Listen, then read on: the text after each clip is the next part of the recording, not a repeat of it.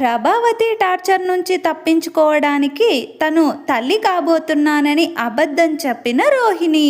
ఆనందంలో ప్రభావతి, మనోజ్. రోహిణి ప్రెగ్నెంట్ అన్న విషయం అబద్ధమని నిరూపించిన శృతి, మీనా. అసలు ఏం జరగబోతుంది అనేది పూర్తి వీడియో చూసేయండి. వీడియోని లైక్ చేయండి, ఛానల్ని సబ్స్క్రైబ్ చేసుకోండి. ఇక ప్రభావతి రోహిణి, మనోజ్ దగ్గరికి వెళ్ళి రోహిణితో ఏదో ఒకటి జరిగిపోయింది, కానీ నేను నిన్ను ఇంకా క్షమించలేకపోతున్నాను. సరే, దాని గురించి ఇంకా పక్కకు పెట్టేయండి, ఇప్పుడు జరగాల్సింది చూడండి అని చెప్పేసి అంటుంది. అప్పుడు ఇక రోహిణి ఉండి ఏంటత్తయ్యా అని చెప్పేసి అనడంతో అప్పుడు ఇక ప్రభావతి ఉండి ఈ ఇంట్లో మీ పరువు ఎప్పట్లా ఉండాలన్నా, నేను మిమ్మల్ని ఎప్పట్లా ప్రేమగా చూడాలన్నా నువ్వొకటి చెయ్యాలి అని చెప్పేసి రోహిణితో అంటుంది. అప్పుడు రోహిణి ఏం చేయాలో చెప్పండి అత్తయ్య, నేను ఎంత పనైనా చేస్తాను, ఎంత కష్టమైనా సరే అది అని చెప్పేసి అంటుంది. అప్పుడు ఇక ప్రభావతి ఉండి వెంటనే మీ మామయ్యకో మీ నాన్నకో ఫోన్ చేసి ఆ 45 లక్షలు అరేంజ్ చెయ్యి అని చెప్పేసి చెప్తుంది. అరేంజ్ చేసి ఇక వాళ్ళ మొహాల మీద కొడితే వాళ్ళ జీవితంలో మీ మీద నోరెత్తరు, నా మీద కానీ మీ మీద కానీ నోరెత్తే అవకాశమే ఉండదు. మిమ్మల్ని అంటుంటే నాకు బాధగా ఉంటుంది, అందుకే చెప్తున్నాను. ఎట్టి పరిస్థితుల్లో నువ్వు ఈ 2-3 రోజులలో మీ నాన్నకి చేస్తావా మీ మామయ్యకి ఫోన్ చేస్తావో నాకు తెలీదు, ఆ 45 లక్షలు మాత్రం తెప్పించు అని చెప్పేసి చెప్తుంది. అది వినగానే రోహిణి షాక్ అవుతుంది. ఇక ప్రభావతి ఇదే నా నిర్ణయం అని చెప్పేసి అక్కడి నుంచి వెళ్ళిపోతుంది. ఇక ఇంతలో రోహిణి బెడ్ మీద కూర్చొని ఏడుస్తూ ఉంటుంది. అప్పుడు మనోజ్ ఏమైంది రోహిణి, ఎందుకు ఏడుస్తున్నావు అని చెప్పేసి అడుగుతాడు. అప్పుడు రోహిణి మీ ఎవ్వరికీ నా పరిస్థితితో అవసరం లేదు, నేను ఎంత బాధపడినా మీకు అక్కర్లేదు.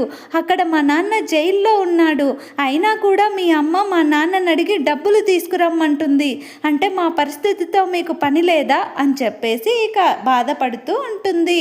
అప్పుడు మనోజ్ ఉండి అదేంటి రోహిణి అలా మాట్లాడుతున్నావు, మా అమ్మ కూడా మన గురించే చెప్తుంది కదా, ఎక్కడ మనం వాళ్ళ దగ్గర మాట పడి చిన్నపుచ్చుకుంటాము అని చెప్పేసి చెప్తుంది కదా అని చెప్పేసి మనోజ్ అంటాడు.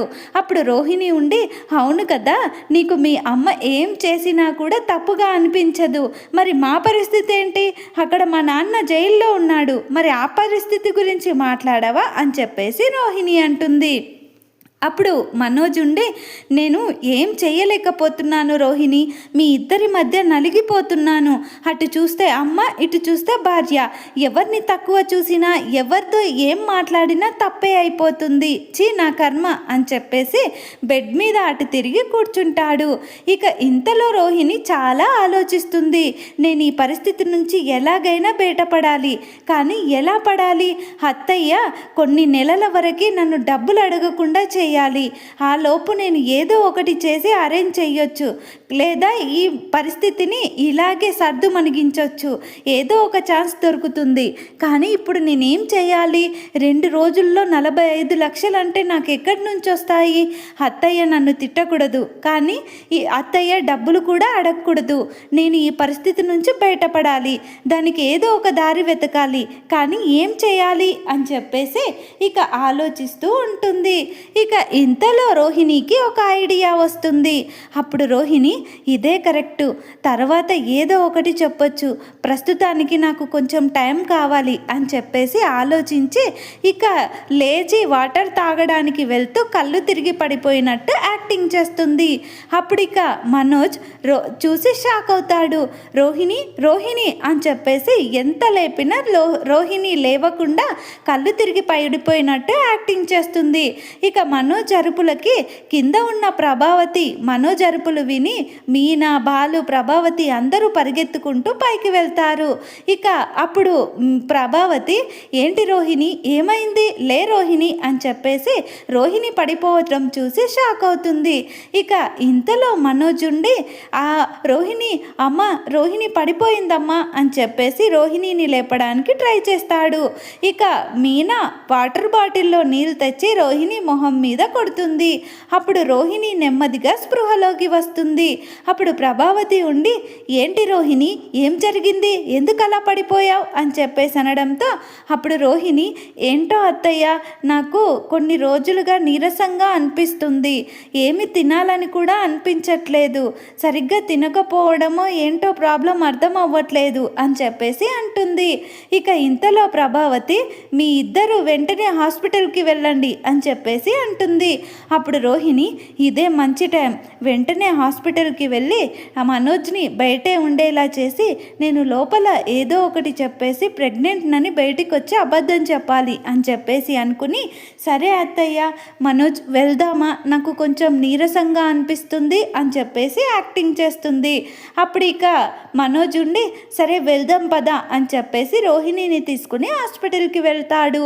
ఇక ఇంతలో మీనా బాలుతో, ఏమండి, నాకు ఎందుకో రోహిణి యాక్టింగ్ చేస్తున్నట్టు అనిపిస్తుందండి, లేదా నిజంగానే అలా జరుగుంటుందా, అయినా నిజమే అయి ఉంటుందిలే, ఆడపిల్లలకి ప్రాబ్లమ్స్ ఎక్కువ కదా అని చెప్పేసి మళ్ళీ అంటుంది. అప్పుడు బాలు, ఏంటో మీనా, నువ్వే అబద్ధం అంటావు, నువ్వే నిజమంటావు అని చెప్పేసి అంటాడు. అప్పుడు మీనా ఉండి, సరేలేండి, తను మంచిగా ఉంటే అదే చాలు, తనకేం జరగకుండా అని చెప్పేసి అంటుంది. ఇక మీనా బాలుతో, సరే అండి, నేను పూలు డెలివరీ ఇవ్వాలి, వెళ్ళొస్తాను అని చెప్పేసి బాలుకి చెప్పి వెళ్తుంది. ఇక ఇంతలో బాలు, ఈ ఇంట్లో ఏదో జరుగుతుంది, పార్లర్ అమ్మ ఏదో చేస్తుంది, అది త్వరలోనే బయట పెట్టాలి, నాకు రోజు రోజుకి అనుమానం పెరిగిపోతుంది అని చెప్పేసి అనుకుంటాడు. ఇక ఇంకొక వైపు రోహిణిని తీసుకుని మనోజ్ హాస్పిటల్కి వెళ్తాడు. ఇక అక్కడ రోహిణి లోపలికి వెళ్తుంది. అప్పుడు డాక్టర్, ఏమైందమ్మా అని చెప్పేసి అడుగుతుంది. అప్పుడు రోహిణి, కొంచెం నీరసంగా ఉంది డాక్టర్ అని చెప్పేసి అనడంతో అప్పుడు డాక్టర్ రోహిణిని చెక్ చేస్తుంది. ఇక అప్పుడు ఆ డాక్టర్ ఉండి, ఏం పర్వాలేదమ్మా, కొంచెం నీరసంగా ఉన్నట్టున్నావు, ఫుడ్ సరిగ్గా తీసుకోనట్టుంది, అందుకే అలా అనిపించుంటుంది అని చెప్పేసి అనడంతో ఇక ఇంతలో ఆ రోహిణి డాక్టర్తో, డాక్టర్, నాకు ఒక చిన్న సహాయం చేస్తారా అని చెప్పేసి అడుగుతుంది. అప్పుడు ఆ డాక్టర్, ఏంటమ్మా అని అడగడంతో, డాక్టర్, ఇంట్లో మా అత్తయ్య టార్చర్ నాకు ఎక్కువైపోయిందని చెప్పేసి లేనిపోనివి ఆ డాక్టర్కి చెప్పి నాకు చిన్న సహాయం చేయండి డాక్టర్, నాకు ఒక 2 నెలలు 3 నెలలు టైం దొరికితే నేను ఆ ప్రాబ్లమ్స్లో నుంచి బయటపడతాను అని అంటుంది. అప్పుడు ఆ డాక్టర్ ఉండి, ఏం చేయాలమ్మా అని చెప్పేసి అనడంతో, ఇప్పుడు నేను ప్రెగ్నెంట్ అని చెప్పండి డాక్టర్ మా ఆయనతో అని చెప్పేసి అంటుంది. అప్పుడు ఆ డాక్టర్ షాక్ అవుతుంది. అప్పుడు రోహిణి తన బ్యాగ్లో నుంచి కొంత డబ్బు తీసి డాక్టర్కి ఇస్తుంది. ఇక ఆ డాక్టర్ ఆ డబ్బు చూడగానే లొంగిపోతుంది. ఇక ఇంతలో ఆ డాక్టర్ రోహిణితో పూర్తిగా మాట్లాడి ఇక రోహిణి చెప్తుంది, డాక్టర్, నేను ప్రెగ్నెంట్నని మా ఆయన దగ్గర కూడా చెప్పండి, మా ఆయన నమ్మేలా చేయండి డాక్టర్, ఈ ఒక్క హెల్ప్ చేయండి ప్లీజ్ అని చెప్పేసి డాక్టర్ని బ్రతిమలాడుతుంది. అప్పుడు ఆమె, సరే అమ్మ, ఇప్పుడైతే చెప్తాను, తర్వాత ఎలా మేనేజ్ చేసుకుంటావో నీ ఇష్టం, నా మీదకి మాత్రం రాకూడదు అని చెప్పేసి అంటుంది. అప్పుడు రోహిణి, అంతా నేను చూసుకుంటాను డాక్టర్ అని చెప్పేసి అంటుంది. ఇక ఇంతలో డాక్టర్ నర్సుతో మనోజ్ని లోపలికి పిలిపిస్తుంది. అప్పుడు మనోజ్ లోపలికి వచ్చి, ఏంటి డాక్టర్, ఏదైనా ప్రాబ్లమా, మా ఆవిడకి అంతా బాగానే ఉంది కదా, రోహిణి నీకంతా ఓకే కదా అని చెప్పేసి అడుగుతాడు. అప్పుడు ఇక ఆ డాక్టర్ ఉండి, కంగ్రాచులేషన్స్ అండి, మీరు తండ్రి కాబోతున్నారు అని చెప్పేసి అంటుంది. అది వినగానే మనోజ్ షాక్ అవుతాడు, ఆనందపడిపోతూ ఉంటాడు. ఏంటి డాక్టర్ మీరు చెప్పేది, రోహిణి నిజమా అని చెప్పేసి అడుగుతాడు. అప్పుడు రోహిణి అవును అన్నట్టుగా సిగ్గును నటిస్తూ యాక్టింగ్ చేస్తూ ఉంటుంది. అప్పుడు ఆ డాక్టర్, అవును బాబు, మీరు తండ్రి కాబోతున్నారు అని చెప్పేసి అనడంతో అప్పుడు Manoj, thank you doctor, thank you so much అని చెప్పేసి ఇక ఆ డాక్టర్ ఉండి, సరే ఇప్పుడు నేను తనకి కొంచెం రెస్ట్ కావాలి, నేను ఇచ్చే ఈ టాబ్లెట్స్ డైలీ వాడుతుండండి అని చెప్పేసి కొన్ని టాబ్లెట్స్ రాసి ఇస్తుంది. ఇక రోహిణి మనోజ్లు ఆ టాబ్లెట్స్ తీసుకొని ఇంటికి వెళ్తారు. వెళ్ళగానే ప్రభావతి, ఏంట్రా ఏమైంది ఏమైంది, డాక్టర్ ఏమన్నారు అని చెప్పేసి అడుగుతుంది. అప్పుడు మనోజ్ దారిలో వస్తున్నప్పుడే స్వీట్స్ బాక్స్ తీసుకొని వస్తాడు. ఇక ఇంట్లో అందరినీ పిలుస్తాడు. అందరూ కిందికి రాగానే అప్పుడు మనోజ్ ప్రభావతి వాళ్ళ నాన్నతో అందరితో రోహిణి ప్రెగ్నెంట్ అని చెప్తాడు. ఇక ప్రెగ్నెంట్ అని చెప్పి అందరికీ ఇక స్వీట్స్ ఇస్తాడు. అందరూ ఇక రోహిణిని విష్ చేస్తారు. ప్రభావతి ఆనందానికి హద్దులుండవు. నిజమా అమ్మ రోహిణి, వాడు చెప్తున్నది నిజమేనా అమ్మ అని చెప్పేసి చాలా సంతోషం పడుతూ ఉంటుంది.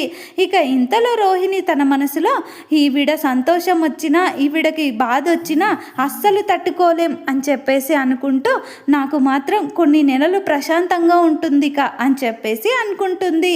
ఇక రోహిణికి మీనా అందరూ కంగ్రాట్స్ చేస్తారు. మీనాకి మాత్రం రోహిణి ప్రెగ్నెంట్ అంటే అస్సలు నమ్మబుద్ధి కాదు.